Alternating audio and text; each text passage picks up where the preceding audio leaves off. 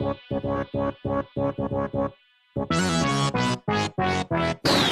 на пенек сел, должен был коцера. День как день, просыпаюсь, надо в школу. К первому уроку алгебра, не по приколу. Дальше только хуже, физика и химия. Химия, вся мензурка синяя. В общем, проблем целый огород. Песни не пишу, муза отдыхает второй год. С Маринкою моей напряг полнейший. Мать ее назвал я дурою тупейшей. Да, зря, но клянусь, она тупая. Маринка это знает, но на меня злая. Одноклассники мои студентами стали, но второй год со мной оставаться перестали. На работу бы пошел, но не берут. Металлистам дают работу, а рэперам не дают. Вот так и живут, то ВКонтакте, то в школе. ВКонтакте у меня проблемы, плюс тролли. Из друзей своих меня Маринка удалила. На стене написала: ты кусок дебила. Друзья под надписью на сердечко нажимают.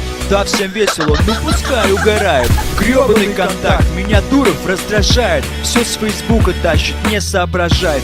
Да, у меня встают нервишки, в депрессон меня вгоняет, проблемы излишки. Путин ВКонтакте пишет в новостях. Зашел я на его страничку, побывал в гостях. Возникает мысль добавить в друзья. Хуже ведь уже не станет, говорю себе я. Опа! Добавил я у Путина в друзьях. Сразу забываю о напряжных днях. Музыку ему кидаю, он мне тоже. Общаемся нормально, на сон похоже. Нет, я не сплю, все происходит четко. Вова мне пишет смело, я ему кротко. Написала мне Маринка, хочет быть со мной. Говорит, я клевый, красивый и крутой. И я, конечно, это все про себя знал. Но следом за Маринкой Путин также написал. Я немного удивлен и польщен немного. Да какой немного, много, очень много.